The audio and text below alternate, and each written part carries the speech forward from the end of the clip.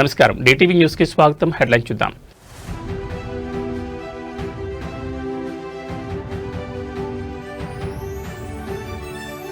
ధీమాగా దానం, ఖైరతాబాద్కు ఉప ఎన్నిక లేదన్న ఎమ్మెల్యే.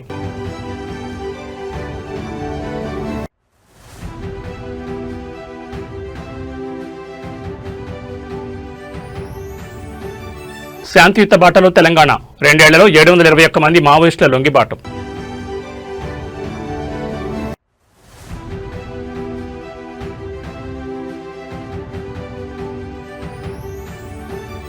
డిజిటల్ క్రాప్ సర్వేలో సాంకేతిక సేగ, రైతులు వాలంటీర్ల అవస్థలు.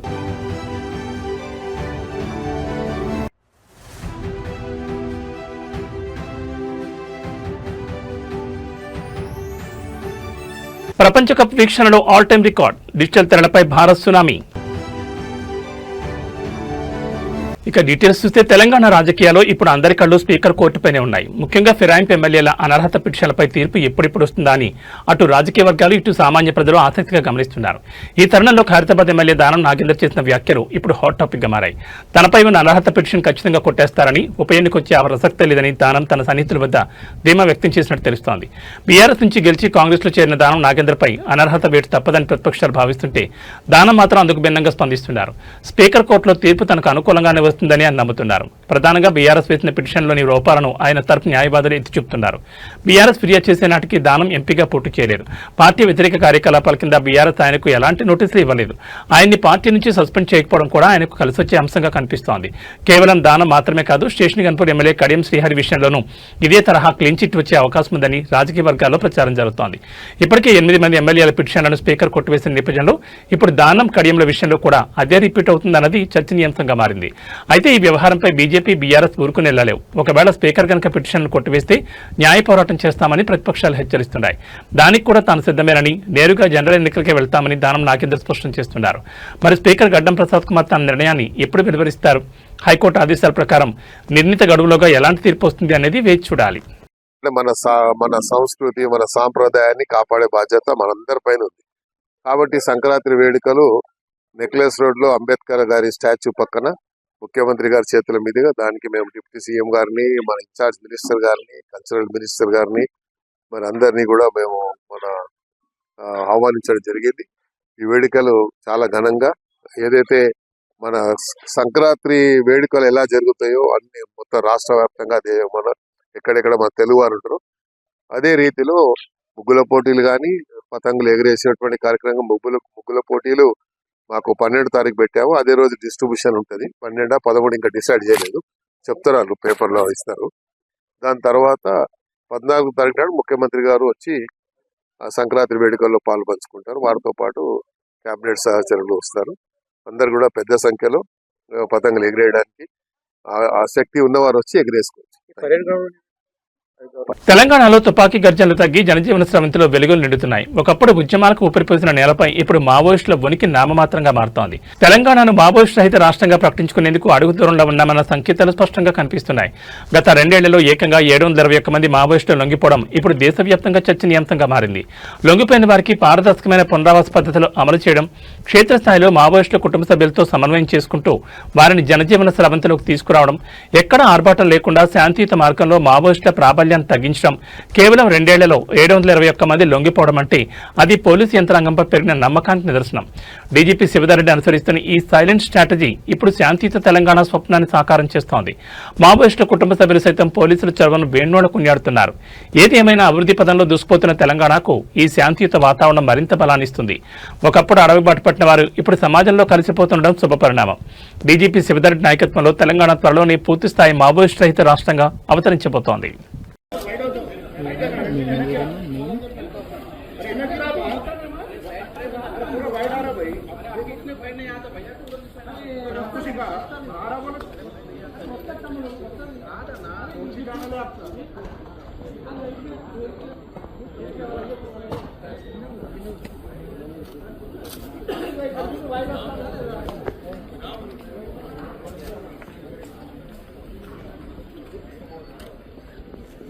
విద్యుత్ నియంత్రణ మండలి నిర్వహించిన బహిరంగ విచారణ అధికారులకు చుక్కలు చూపించింది. శనివారం జరిగిన ఈ విచారణలో ఎస్పీ డీసీఎల్ అధికారుల పనితీరుపై వినియోగదారులు నిప్పులు చెరిగారు. సుమారు 94 మందికి పైగా ఫిర్యాదుదారులు కమిషన్ ముందు తమ గోడ వెళ్లబోసుకున్నారు.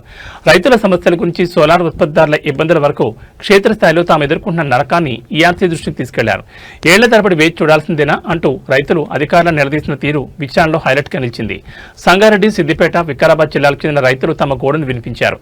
ట్రాన్స్ఫార్మర్ల కోసం డీడీలు కట్టి ఏళ్లు గడుస్తున్నా నేటికి మోక్షం కలగలేదని వాపోయారు.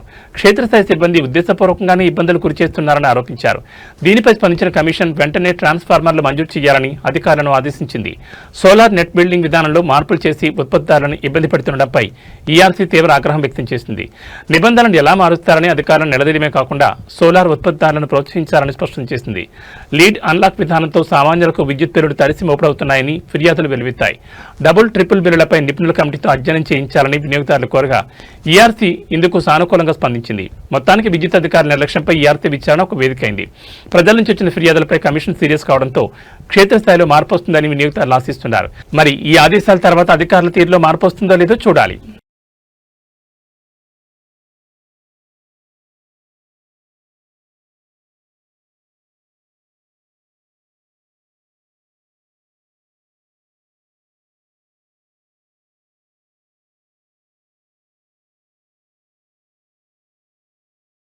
భాగ్యనగరంలో డ్రగ్స్ మాఫియాపై పోలీసులు, కస్టమ్స్ అధికారులు ఉక్కుపాదం మోపుతున్నారు. శంషాబాద్ అంతర్జాతీయ విమానాశ్రయం వేదికగా సాగుతున్న భారీ గంజాయి అక్రమ రవాణాను కస్టమ్స్ అధికారులు అడ్డుకున్నారు. కౌలాలంపూర్ నుంచి గుట్టుచప్పుడు కాకుండా తరలిస్తున్న కోట్లాది రూపాయల విలువైన డ్రగ్స్ ను స్వాధీనం చేసుకున్నారు. అటు నగరం నడిబొడ్డున ముషీరాబాద్లోనూ హ్యాష్ ఆయిల్ ముఠాగుట్టట్టయింది. శంషాబాద్ ఎయిర్పోర్ట్లో కస్టమ్ తనిఖీల్లో విదేశీ డ్రగ్స్ వెలుగు చూశాయి. కౌలాలంపూర్ నుంచి వచ్చిన ఇద్దరు ప్రయాణికుల కదలికలపై అనుమానం వచ్చిన అధికారులు వారిని క్షుణ్ణంగా తనిఖీ చేశారు. వీరి వద్ద సుమారు 9 కిలోల అత్యంత ఖరీదైన హైడ్రోపోనిక్ గంజాయి బయటపడింది. అంతర్జాతీయ మార్కెట్లో దీని విలువ 3 కోట్ల రూపాయలపైనే ఉంటుందని అంచనా వేస్తున్నారు. నిందితులను అదుపులోకి తీసుకున్న అధికారులు ఈ స్మగ్లింగ్ వెనుక ఉన్న అంతర్జాతీయ ముఠా లింకులపై ఆరా తీస్తున్నారు. మరోవైపు నగరంలో హ్యాష్ ఆయిల్ విక్రయిస్తున్న ఇద్దరు వ్యక్తులను పోలీసులు అరెస్ట్ చేశారు. జేఆర్ ప్రదీప్ అనే వ్యక్తి నుంచి విజయ్ కుమార్ అనే వ్యక్తి హ్యాష్ ఆయిల్ కొనుగోలు చేస్తుండగా పోలీసులు రెడ్ హ్యాండెడ్ గా పట్టుకున్నారు. వారి వద్ద నుంచి 367 గ్రాముల హ్యాష్ ఆయిల్, ఒక బైక్ మరియు 3 మొబైల్ ఫోన్లను స్వాధీనం చేసుకున్నారు. యువతను లక్ష్యంగా చేసుకుని సాగుతున్న ఈ మాదక ద్రవ్యాల దందాను అరికట్టేందుకు పోలీసులు నిఘా తీవ్రతరం చేశారు. డ్రగ్స్ రహిత నగరంగా మార్చేందుకు ఒకవైపు యాంటీ నార్కోటిక్స్ బ్యూరో శ్రమిస్తుంటే మరోవైపు నిందితులు కొత్త మార్గాల్లో డ్రగ్స్ నగరానికి చేరవేస్తున్నారు. తాజా ఘటనలతో విమానాశ్రయంతో పాటు సరిహద్దు చెక్పోస్టు వద్ద తనిఖీలు మరింత కట్టుదిట్టం చేశారు. నిందితుల వెనుక ఉన్న సూత్రధారులు ఎవరనే కోణంలో విచారణ కొనసాగుతోంది.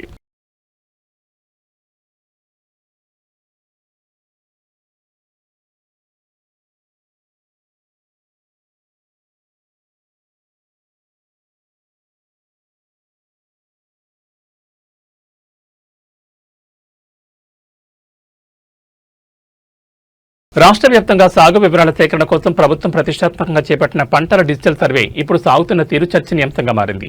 క్షేత్రస్థాయిలో సాంకేతిక లోపాలు వెన్నాడుతుండటంతో అటు అధికారులు, ఇటు వాలంటీర్లు తరలపట్టుకుంటున్నారు. ఫోటోలు అప్లోడ్ కాకపోవడం, అప్లోడ్ అయినా తిరస్కరణకు గురవుతుండటంతో రేపు తమకు ప్రభుత్వ పథకాలు అందుతాయో లేదోనని అన్నదాతలు తీవ్ర ఆందోళన చెందుతున్నారు. పంట సాగు విస్తీర్ణాన్ని పక్కాగా లెక్కించేందుకు కేంద్ర ఆదేశాలతో రాష్ట్ర ప్రభుత్వం ఈ డిజిటల్ సర్వేకు శ్రీకారం చుట్టింది. సుమారు 1.5 కోట్ల ఎకరాల్లో సాగు వివరాలను కేవలం 45 రోజుల్లో పూర్తి చేయాలని లక్ష్యంగా పెట్టుకుంది. ఇందుకోసం 9,795 మంది వాలంటీర్లను రంగంలోకి దించింది. అయితే క్షేత్రస్థాయిలో పరిస్థితి మాత్రం భిన్నంగా ఉంది. వాలంటీర్లు తీసిన ఫోటోలు స్పష్టంగా లేవన్న నెపంతో L1 స్థాయిలోనే రిజెక్ట్ అవుతున్నాయి. దీంతో చేసిన పని మళ్లీ చేయాల్సి వస్తోందని వాలంటీర్లు వాపోతున్నారు. ముఖ్యంగా ఆదిలాబాద్, మంచిర్యాల, కామారెడ్డి, నల్గొండ వంటి జిల్లాల్లో సర్వర్ సమస్యలు యాప్ మొరాయిస్తుండటంతో డేటా నమోదు కావడం లేదు. నిరుద్యోగ యువతకు కేవలం ఒక్కరోజు మాత్రమే శిక్షణ ఇచ్చి సర్వేకి పంపడం వల్ల సాంకేతిక అంశాలపై వారికి పట్టు చిక్కడం లేదు. వాలంటీర్లు తీసిన ఫోటోలను ఆమోదించే అధికారం ఏఈఓలోకి లేకపోవడంతో సమస్య మరింత జటిలమవుతోంది. ఫోటోలు సక్రమంగా నమోదు కాకపోతే రైతు భరోసా వంటి పథకాలు ఎక్కడ కట్ అవుతాయోనని రైతులు భయపడుతున్నారు. ప్రభుత్వం వెంటనే స్పందించి సాంకేతిక లోపాలను సరిదిద్దాలని డిమాండ్ చేస్తున్నారు. లక్ష్యం మంచిదే అయినా అమల్లో వస్తున్న ఈ అడ్డంకులు సర్వే గడువుపై ప్రభావం చూపేలా ఉన్నాయి. క్షేత్రస్థాయి సిబ్బందికి పూర్తిస్థాయి అవగాహన కల్పించడంతో పాటు యాప్లో మార్పులు చేయకపోతే సర్వే లక్ష్యం నీరు కారిపోయే ప్రమాదం ఉంది. మరి దీనిపై వ్యవసాయ శాఖ ఉన్నతాధికారులు ఎలా స్పందిస్తారో చూడాలి మరి.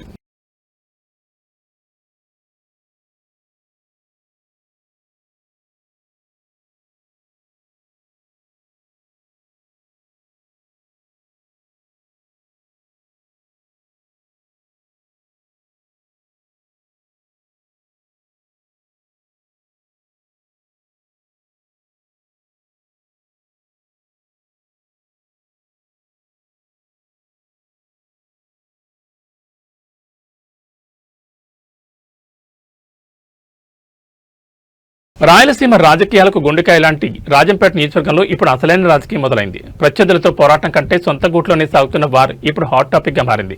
తెలుగుదేశం జనసేన పార్టీలు కలిసి కూటమిగా ఏర్పడిన రాజంపేటలో మాత్రం నేనంటే నేను అనే ఆధిపత్య పోరు క్యాడర్ను అయోమయంలో నెట్టిస్తోంది. ఇన్ఛార్జ్ చమర్తి జగన్మోహన్ రాజు వర్గం ఒకవైపు, ఎల్లటూరు శ్రీనివాసరాజు వర్గం మరోవైపు సాగిస్తున్న ఈ అంతర్యుద్ధం రాజంపేట రాజకీయాలను వేడెక్కిస్తోంది. రాజంపేటలో కూటమి నేతల మధ్య మొదలైన ఈ చిచ్చు ఇప్పుడు ముదురుతోంది. ఒకవైపు సుదీర్ఘకాలంగా పార్టీని నమ్ముకుని కష్టకాలంలో కార్యకర్తలకు అండగా నిలిచిన టీడీపీ ఇన్ఛార్జ్ చమర్తి జగన్మోహన్ రాజు క్షేత్రస్థాయిలో పటిష్టమైన యంత్రాంగం తనకే ఉందని, నియోజకవర్గంలో తనదే పనిచేయని ఆయన భావిస్తున్నారు. మరోవైపు మాజీ అధికారిగా పరిపాలనా అనుభవం ఉన్న జనసేన నేత ఎల్లటూరు శ్రీనివాసరాజు తనదైన శైలిలో దూసుకుపోతున్నారు. విద్యావంతుడు, మృదు స్వభావి అనే ఇమేజ్తో కొత్త తరం ఓటర్లను ఆకర్షిస్తూ రాజంపేట రాజకీయాల్లో తన ముద్ర వేసేందుకు ప్రయత్నిస్తున్నారు. ఒకే సామాజిక వర్గానికి చెందిన ఇద్దరు నేతల మధ్య అగ్రస్థానం ఎవరిది అనేది ఇప్పుడు ప్రధాన సమస్యగా మారింది. అభివృద్ధి పనులు ఎవరు చేసినా చివరకు జిల్లా సాధన ఉద్యమం క్రెడిట్ విషయంలోనూ మా నాయకుడి వల్ల ఇది సాధ్యమైందంటూ ఇరు వర్గాలు పోటాపోటీకి ఫ్లెక్సీలు ఏర్పాటు చేస్తున్నాయి. గ్రౌండ్ లెవెల్ కంటే సోషల్ మీడియాలో ఇరు వర్గాల అనుచరులు ఒకరిపై ఒకరు చేసుకుంటున్న విమర్శలు కూటమి పరువు తీస్తున్నాయి.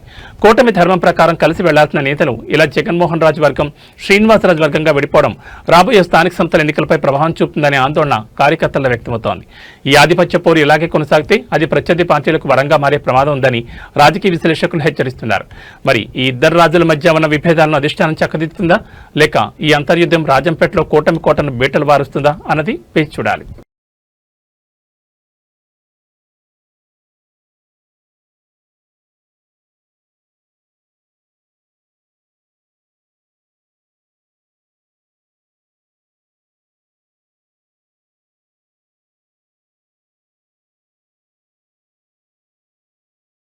ప్రకృతి రక్షణ కవచాలుగా నిలిచే మరాడవులు ఇప్పుడు మృత్యుపాసనలో చిక్కుకున్నాయి. బాపట్ల జిల్లా పెదగంజాం పల్లెపాలెం వద్ద సముద్ర తీరం కబ్జా కోరల్లో చిక్కి విలువెల్లాడుతోంది. బడాబాబుల అధికారులను ముడుపులతో లోబర్చుకుని జీవ వైవిధ్యాన్ని నిలువునా పూర్తి చేస్తున్నారు. మత్స్యకారుల జీవనోపాధిని దెబ్బతీస్తూ సాగుతున్న ఈ అక్రమ రొయ్యల చెరువుల దందాపై ఇప్పుడు రాష్ట్ర అత్యున్నత న్యాయస్థానం ఆగ్రహం వ్యక్తం చేసింది. పల్లెపాలెం సుమారు 600 మత్స్యకార కుటుంబాలకు జీవనాధారం. రొంపేరు కాలువ, పిల్ల కాలువలో చేపలు పట్టుకుంటూ ఈ కుటుంబాలు బతుకుతున్నాయి. ఇక్కడి మనాడవులు కేవలం చెట్లు మాత్రమే కాదు, తీర ప్రాంతానికి రక్షణ కోడలు. ఇవి జీవ వైవిధ్యాన్ని కాపాడతాయి, చేపల సంతానోత్పత్తికి కేంద్రాలుగా నిలుస్తాయి. ప్రకృతి విపత్తుల సమయంలో సముద్ర అలల ఉధృతిని తగ్గించే రక్షణ కవచాలివి. బాపట్లకు చెందిన ఓ వ్యక్తి అధికారుల అండదండలతో ఈ ప్రభుత్వ భూములను, మరాడవులను పూర్తిగా ధ్వంసం చేశారు. మురుగు కాలువలను సైతం పూడ్చివేసి అక్రమంగా రొయ్యల చెరువుల నిర్మాణానికి తెగబడ్డారు. స్థానికులు అడ్డుకున్న ఆగని ఈ అకృత్యాలపై పల్లెపాలానికి చెందిన వల్లపని ఉదయభాస్కర్ అనే మత్స్యకారులు హైకోర్టులో పిటిషన్ వేశారు. కోస్టల్ రెగ్యులరైజేషన్ జోన్ నిబంధనలను తొంగలో తొక్కి సాగిస్తున్న ఈ నిర్మాణాలపై న్యాయస్థానం సీరియస్ అయింది. ఉదయభాస్కర్ ఫిర్యాదును స్వీకరించిన హైకోర్టు తక్షణమే రొయ్యల చెరువుల నిర్మాణాన్ని నిలిపివేయాలని మధ్యంతర ఉత్తర్వులు జారీ చేసింది. అంతేకాకుండా ఈ వ్యవహారంపై 3 నెలలుగా క్షేత్రస్థాయి పరిశీలన చేసి సమగ్ర నివేదిక సమర్పించాలని జిల్లా కలెక్టర్ను ఆదేశించింది. న్యాయస్థానం జోక్యంతోనైనా మరాడవుల విధ్వంసం ఆగుతుందా, బాధ్యులైన అధికారులపై చర్యలు తీసుకుంటారా అనేది ఇప్పుడు చర్చనీయాంశంగా మారింది.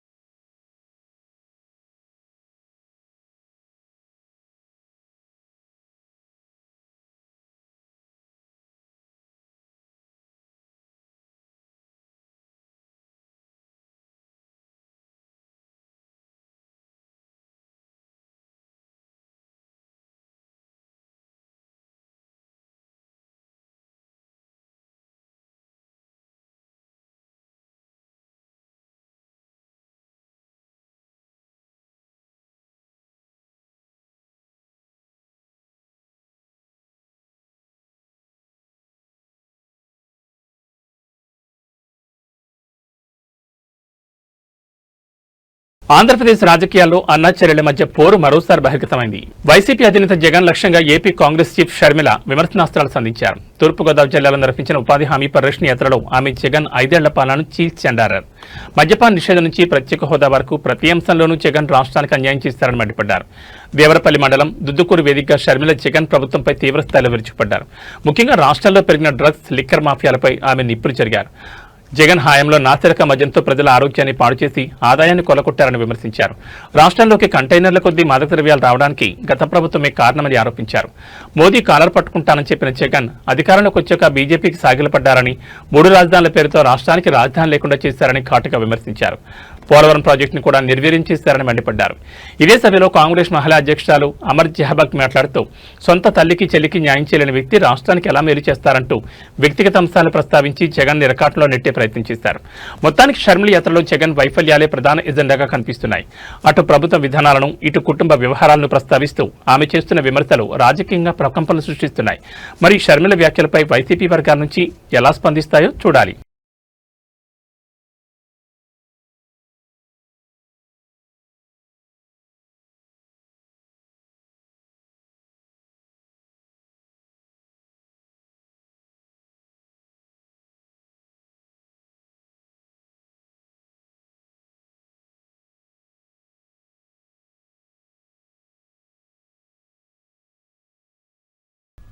జగన్మోహన్ రెడ్డి గారు చేసింది లిక్కర్ మాఫియా. అసలు ఓన్లీ క్యాష్ పద్ధతిలో, అంటే డిజిటల్ పేమెంట్స్ అనేదే లేకుండా, ఈ డిజిటల్ యుగంలో అసలు డిజిటల్ పద్ధతే లేకుండా ఓన్లీ క్యాష్ పద్ధతిలో లిక్కర్ అమ్మిన సర్కారు ఏకైక సర్కారు భారతదేశంలో ఒక్క ఆంధ్రప్రదేశ్ జగన్మోహన్ రెడ్డి గారి సర్కారు మాత్రమే. అంత నాసిరకం మద్యము తయారు చేశారు. ఇప్పుడేమో జగన్మోహన్ రెడ్డి గారు ఆ టైంలో నాసిరకం మద్యం తయారు చేశారు. ఆ టైంలో కంటైనర్లలో డ్రగ్స్ మన రాష్ట్రానికి దిగుబడయ్యాయి. ఇంత అన్యాయంగా, ఇంత విచ్చలవిడిగా డ్రగ్స్ మద్యము మన సమాజంలో ఉన్నాయి కాబట్టే ఆడవాళ్ల మీద అత్యాచారాలు కూడా అంత ఎక్కువగా జరుగుతున్నాయి. ఆంధ్రప్రదేశ్ ముఖ్యమంత్రి చంద్రబాబు నాయుడు ఇవాళ నంద్యాల జిల్లాలో పర్యటిస్తున్నారు. డోన్ నియోజకవర్గంలో నిర్వహించే పలు అభివృద్ధి కార్యక్రమాల్లో ఆయన పాల్గొంటారు. ముఖ్యంగా రైతులకు ఎంతో కాలంగా ఎదురుచూస్తున్న పట్టాదారు పాస్ పుస్తకాలను స్వయంగా పంపిణీ చేయనున్నారు. ఈ పర్యటనకు సంబంధించి ముఖ్యమంత్రి కార్యాలయం ఇప్పటికే పూర్తిస్థాయి షెడ్యూల్ను విడుదల చేసింది. ముఖ్యమంత్రి పర్యటన ఉదయం 10 గంటలకు అమరావతి నుంచి ప్రారంభం కానుంది. డోన్ నియోజకవర్గంలోని కొత్తబురుజు గ్రామానికి సీఎం చేరుకుంటారు. ఉదయం 11:35 నుంచి మధ్యాహ్నం 1:30 వరకు అక్కడ నిర్వహించే గ్రామసభ మరియు ప్రజావేదిక కార్యక్రమంలో పాల్గొంటారు. ఈ సందర్భంగా రైతులకు పట్టాదారు పాస్ పుస్తకాలు అందజేస్తారు. మధ్యాహ్నం 2:05 నిమిషాలకు స్థానిక రైతులతో సీఎం ప్రత్యేకంగా సమావేశమై వారి సమస్యలను అడిగి తెలుసుకుంటారు. మధ్యాహ్నం 2:40 నిమిషాలకు టీడీపీ కార్యకర్తలతో ఏర్పాటు చేసిన సమీక్ష సమావేశంలో పాల్గొని భవిష్యత్ కార్యాచరణపై దిశానిర్దేశం చేయనున్నారు. పర్యటన ముగిసిన అనంతరం సాయంత్రం 5:40 నిమిషాలకు సీఎం తిరిగి అమరావతికి పయనమవుతారు. ముఖ్యమంత్రి రాక నేపథ్యంలో నంద్యాల జిల్లా యంత్రాంగం పక్కా ఏర్పాట్లు చేసింది. రాష్ట్ర వ్యాప్తంగా భూ సమస్యల పరిష్కారంపై దృష్టి సారించిన కూటమి ప్రభుత్వం ఈ పాస్ పుస్తకాల పంపిణీని ప్రతిష్టాత్మకంగా తీసుకుంది. డ్రోన్ పర్యటన ద్వారా రైతులకు భరోసా ఇవ్వడంతో పాటు పార్టీ కేడర్లోనూ నూతనోత్సాహం నింపేలా చంద్రబాబు షెడ్యూల్ ఖరారైంది.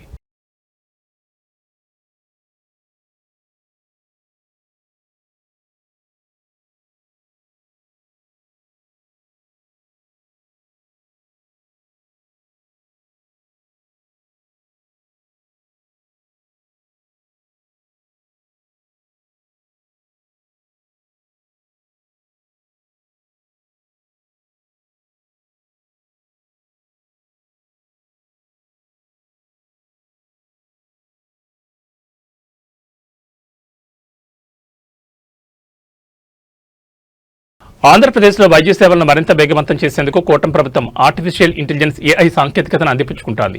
రాష్ట్ర వ్యాప్తంగా ఎంపిక చేసిన 18 ప్రభుత్వ ఆసుపత్రుల్లో ఏఐ ఆధారిత పైలట్ ప్రాజెక్టును ప్రారంభించినట్లు ఆరోగ్య శాఖ మంత్రి సత్యకుమార్ యాదవ్ వెల్లడించారు. సుమారు 40 అత్యాధునిక పరికరాల ద్వారా స్క్రీనింగ్, వ్యాధి నిర్ధారణ పరీక్షలు నిర్వహిస్తున్నారని తెలిపారు. దీనివల్ల సమయం ఆదా కావడమే కాకుండా ఖచ్చితత్వంతో కూడిన చికిత్స అందుతుందని ఆయన పేర్కొన్నారు. ముఖ్యంగా విశాఖపట్నం, అనంతపురం, గుంటూరు వంటి ప్రధాన ఆసుపత్రుల్లో ఈ ప్రయోగాత్మక పరీక్షలు జరుగుతున్నాయి. దగ్గు ద్వారా టీబీని గుర్తించడం, ఏఐ కెమెరాలతో సర్వైకల్ క్యాన్సర్ నిర్ధారణ, గుండె జబ్బులు, చిన్నపిల్లల్లో నరాల సంబంధిత సమస్యలను పసిగట్టడం వంటి వినూత్న సేవలు ఇందులో ఉన్నాయి. రోగులు, వైద్యుల సంభాషణను రికార్డు చేయడం ద్వారా వైద్య చరిత్రను విశ్లేషించడం మరో విశేషం. ఈ పైలట్ ప్రాజెక్ట్ ఫలితాలను త్వరలోనే ముఖ్యమంత్రి చంద్రబాబు నాయుడుకు నివేదిక రూపంలో అందించి రాష్ట్ర వ్యాప్తంగా విస్తరించాలని ప్రభుత్వం భావిస్తోంది.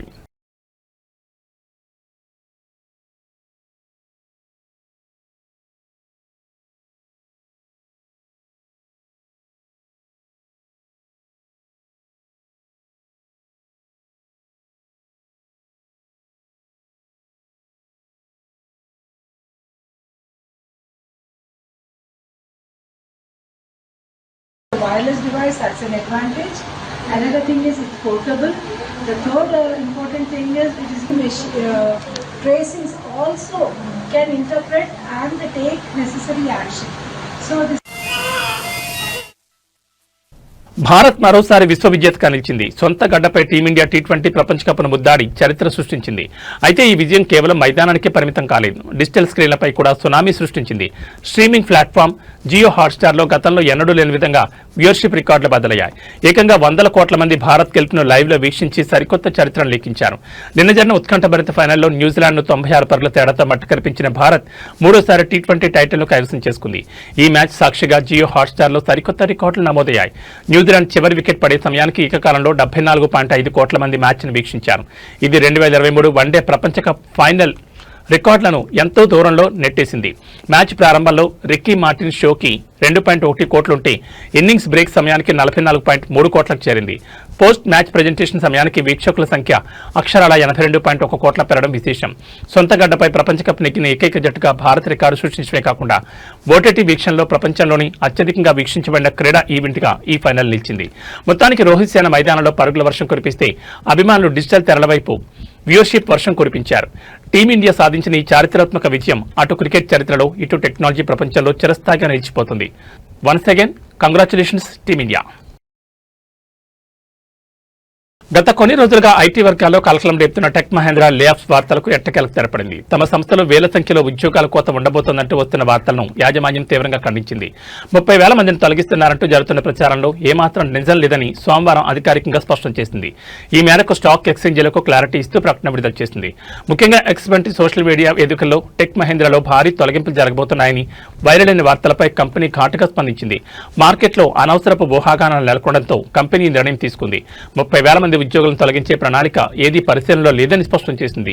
సామూహిక తొలగింపుల కంటే ఉద్యోగుల ఉత్పాదకతను పెంచే చర్యలపైనే మొగ్గు చూపుతున్నట్లు తెలిపింది. ఒక ప్రాజెక్టు ముగిసిన తర్వాత ఉద్యోగులను కొత్త ప్రాజెక్టులోకి మార్చే ప్రక్రియ నిరంతరం సాగుతుందని గతంలోనే వెల్లడించింది. ప్రపంచవ్యాప్తంగా దాదాపు 1,50,000 మంది ఉద్యోగులు కలిగిన టెక్ మహీంద్ర ఆర్టిఫిషియల్ ఇంటెలిజెన్స్ ప్రభావంతో ఉద్యోగాలు పోతాయన్న ఆందోళన మధ్య ఈ కీలక ప్రకటన చేసింది. అమెజాన్, ఒరాకిల్ వంటి గ్లోబల్ కంపెనీలు భారీగా కోతలు విధిస్తున్నా తాము మాత్రం ఉద్యోగుల భద్రతకే మొగ్గు చూపుతున్నట్లు టెక్ మహీంద్ర సంకేతాలు ఇచ్చింది. ఏది ఏమైనా ఐటీ రంగంలో నెలకొన్న అస్థిరత మధ్య టెక్ మహీంద్ర ఇచ్చిన ఈ క్లారిటీ లక్షలాది మంది ఉద్యోగులకు మరియు వారి కుటుంబాలకు పెద్ద ఊరటనిచ్చింది. సోషల్ మీడియాలో వచ్చే అనధికారిక వార్తలు నమ్మొద్దని, సంస్థ ఇచ్చే అధికారిక సమాచారాన్ని మాత్రమే పరిగణలోకి తీసుకోవాలని నిపుణులు సూచిస్తున్నారు.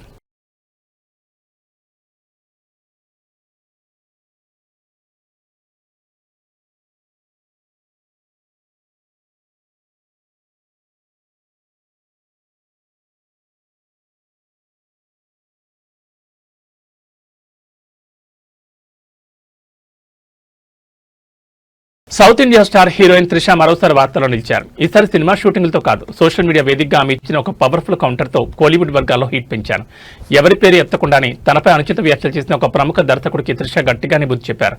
మైక్ ఉందని ఏది పడితే అది వాగితే అది మీ మూర్ఖత్వాన్ని చూపిస్తున్నట్టు ఆమె చేసిన పోస్ట్ ఇప్పుడు నెట్టింట వైరల్ అవుతోంది.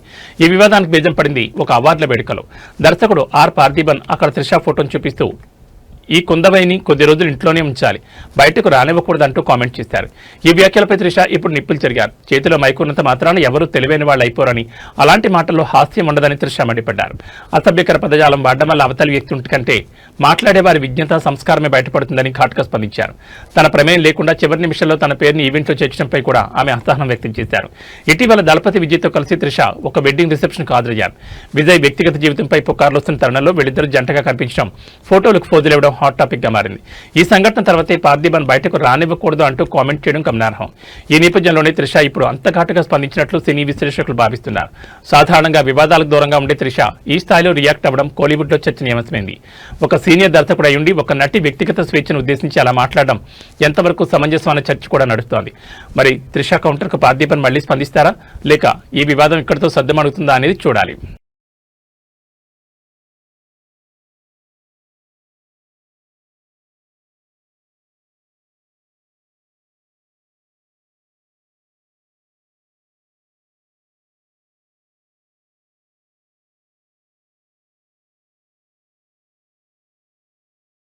న్యూస్ ముగించే ముందు హెడ్లైన్స్ మరోసారి.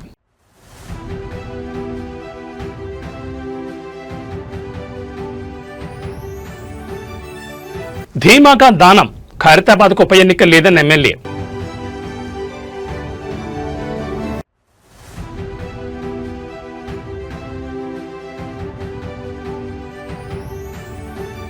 శాంతియుత బాటలో తెలంగాణ, 2 ఏళ్లలో 721 మంది మావోయిస్టుల లొంగిబాటు.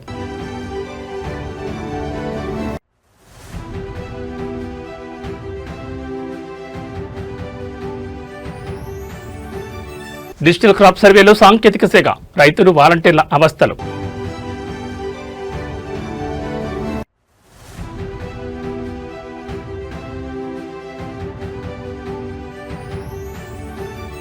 ప్రపంచ కప్ వీక్షణలో ఆల్ టైమ్ రికార్డ్, డిజిటల్ తెరలపై భారత్ సునామీ. ఇవి బులెటిన్ విశేషాలు. మరో బులెటిన్లో మళ్ళీ కలుసుకుందాం. నమస్కారం.